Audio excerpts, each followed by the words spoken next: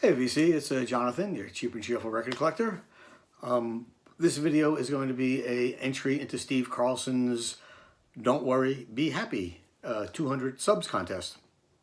I love Steve's channel, always a lot of fun, showing lots of different stuff all the time, and it's just a fun channel to watch. So if you're not on his channel and you are on mine, make sure you check his out, Steve Carlson. So the premise was, I guess, to show 5 records that make you happy and tell a story. So I went through my collection and I found 5 records that make me happy. I probably could have picked a couple hundred records that make me happy, but I went with these 5, and then I'll tell a story at the end with the last album. So the first one is a jazz album, which is the Horace Silver Quintet and Song for My Father. Besides the fact that I love this album was given to me. I got it from a friend of mine who unfortunately passed away, and his partner gave me a bunch of records. And every time I hear this album, I think of my friend Alan, who's gone, and just makes me smile. Makes me think of the good times and all the fun we had together before he passed away. So it's a great, great album. Horace Silver, with Carmel Jones on trumpet, Joe Henderson on sax, and Horace Silver on piano, along with Blue Mitchell and Gene Taylor, Roy Brooks. It's just great, great, great album. Horace Silver. Song for My Father. One of my faves, and this one is a blue note. Another one that makes me smile, which you can't help smile and listen to this music, also brings me back, which is why it makes you smile, is Jim Kweskin Jug Band. Jim Kweskin doesn't get much love on the VC, and he absolutely should. No Jim Kweskin, there would be no, the Love and Spoonful never would have existed without people like the Jim Kweskin Jug Band.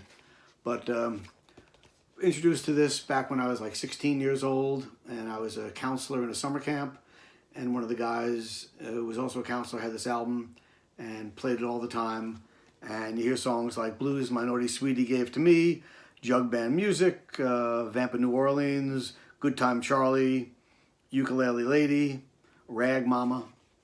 Yeah, he just brings a grin to your face. Love the jug band music. As you can see on the back, they have jugs, they got washboards, all that stuff. And in this group was this woman here who was named, her name was Maria Diamato, and later married Jeff Moldar and became Maria Moldar. So you know her later career, but another album just puts a grin on my face. Jim Kweskin Jug Band. And while we're into that fun kind of music, I had to play or show Dan Hicks and his Hot Licks. Is an album when I was in college in the late 60s. We were, me and my friends and girlfriends, we were all into this album so much. All the Dan Hicks stuff is just so great. Dan Hicks was the original drummer for a band called the Charlatans. And they were pre the Grateful Dead. Before the Grateful Dead were going, there was the Charlatans, and he was the drummer for them. And on here is this, he says the first song he ever wrote, which is called How Can I Miss You If You Won't Go Away?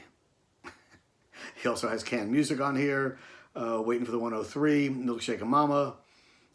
It's just great. Easy breezing, Shorty Takes a Dive. Great, great stuff.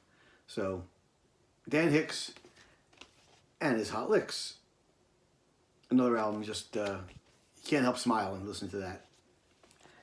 And then, of course, one of my favorite groups of all time is the Beatles. And my favorite album by them, and again, one that makes me smile, is Revolver. When side 2 starts with Good Day Sunshine, I mean, it's infectious. So I love that. I love this album, especially Good Day Sunshine.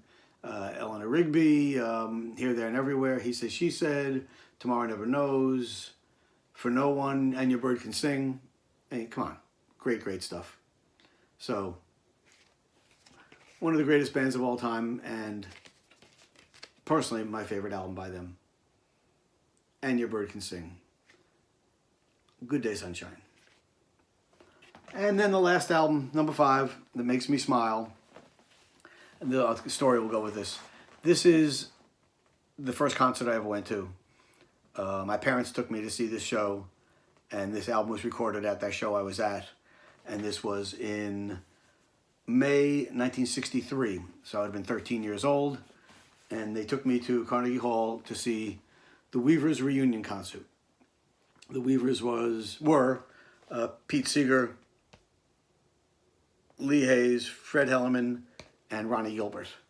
And they were the early folk group, started mid-50s, spun off of the Almanac Singers, which was Pete Seeger and Woody Guthrie and some other people. And then they formed the Weavers. They had an initial concert, I guess, back in the late 50s, early 60s at Carnegie Hall, and then this was their reunion concert. So my parents took me to the show, and the man who produced the show is a man named Harold Leventhal, a personal manager, who was friends of my parents. They knew him well.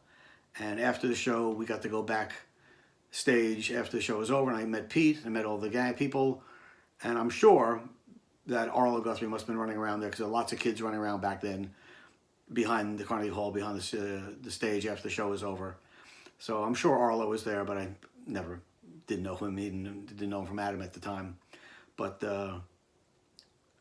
as my father said when we left the concert, he goes, "It's the first time I paid money and I had to do all the singing," because Pete always made sure the audience sang along on every song. And my father was like, "Come on, I'm paying money and I got to do the singing?" That was very typical. So the Weavers at Carnegie Hall, 1963, my very first concert. And that's my story, and I'm sticking to it. There you go. Those 5 albums that made me happy. I could have done another 200 albums that made me happy, but I picked these 5. This was Steve on his 200th subs. I'm sure by now he must have a lot more. Congratulations, he deserves it and needs more. So if you don't know his channel, please check it out. Steve Carlson. And as I always say, until next time, peace.